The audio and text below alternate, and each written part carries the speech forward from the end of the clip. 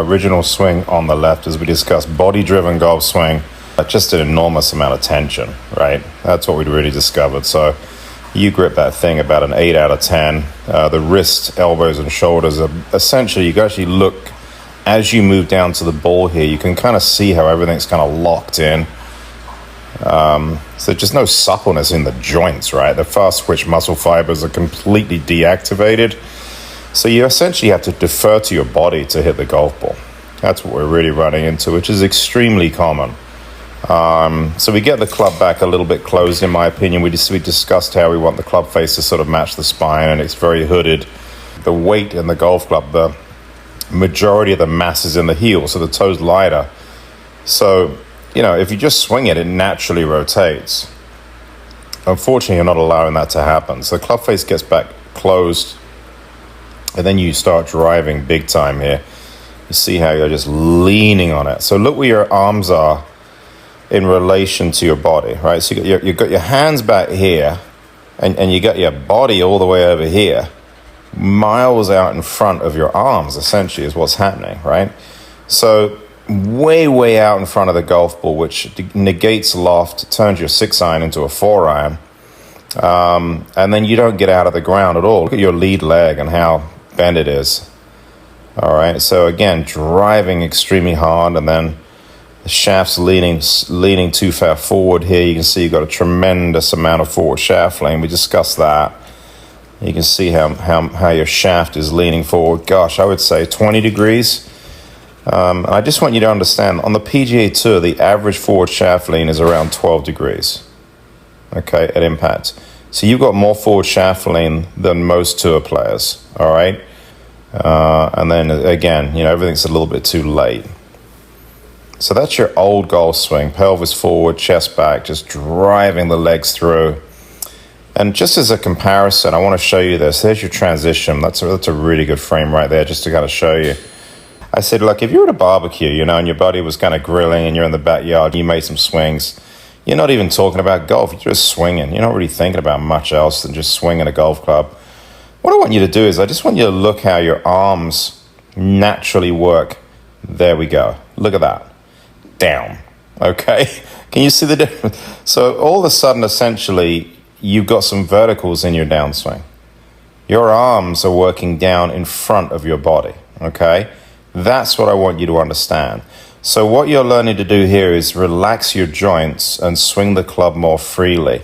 So the arms are dropping down and the body rotates, and there's the release. So look at the butt end of the golf club. You're not even thinking about releasing. But look how much less forward shaft lean you have. You've got the butt end of the club now pointing back at your belt line. That's what we want. Okay? And then the club head swings beautifully freely past your body. Look how you rehinge the golf club there.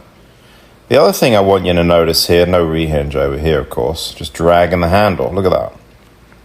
Got the club head moving at the same speed as your arms. Look at that. So you got absolutely no rehinge whatsoever. Look how much better this club's rehinging. That's incredibly important, okay? The other thing is, look at your lower body, how it just naturally stays underneath you. So it doesn't get any better than that drill right there for you, just to visualize how you need to be swinging a golf club. And you finish your golf swing, I mean, you just look like a tour player. Look how your knees naturally come together. And you don't have your knees coming together over here on the original swing. You've got so much slide in your legs, your knees don't come together at all. And we discussed the importance of that, because obviously if the lead knee and quadricep, you start to extend, it allows the pelvis to rotate. That's just kind of naturally happening. And you figure you get to your end of your golf swing, you just tap your knees together, boom, you're done. So not only are your arms swinging freely here and sequencing beautifully, you remember your arms control the verticals in the golf swing, a little bit like an elevator in a building. You're also, look how you're tying your arms here, look right here, to your pivot as you pivot the golf club. And that, honestly, is a golf swing. So I don't want to overcomplicate it. I just want to keep this like ridiculously simple. We just need to be chewing crayons, my man. I know when I'm taking lessons, if it gets technical, I got no chance. But But you can see pull. It's just like exhausting looking at it, isn't it? You just look like you're using so much effort. Effort just pulling. And you got that crazy forward shaft lean, right? Turning that club down too much. And the guy over here is just super relaxed. So Freddie Couples, look, just, there we go, dunk. And the crazy thing is, you're creating way more speed over here because you're taking the butt end of the golf club and you're moving it from this direction here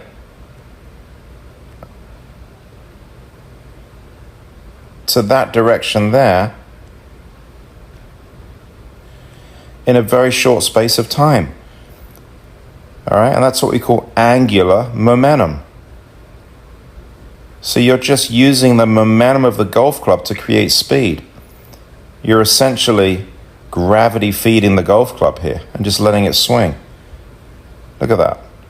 So this whole thing, I mean, you're using laws, for you, not against you here, by allowing the momentum of the club to swing through and allowing your body to respond dynamically to that motion. That rehinge is exactly what I'm looking for. You got to understand, when you're yanking on the butt end of the golf club and dragging the handle's moving at the same speed as the club head. When the handle's moving at the same speed as the club head isn't traveling as far in the same space of time. If the club head is moving further than the butt end of the golf club in the same space of time, it has to be traveling quicker. You're going to feel at this point here that the club is actually, this is the crazy part, you're going to feel like it's not leaning forward. You may feel like your hands are back here and the club is over there. That is a feel, not a real. I mean, look where you are. How about that for dragging the handle? Look at that. How in the world are you going to create the correct loft on the golf club with that move? All right, this is the concept that I want you to grasp moving forward. It's very, very straightforward stuff. Once you start swinging the club naturally and allowing your body to respond, you're going to create more speed with less effort and more trajectory than you have probably as long as you've ever played golf, all right? We'll talk to you soon. Beautiful, and again. Beautiful, now do the other hand. Just this one? Yeah, go ahead, just swing, release. Beautiful, it's even better.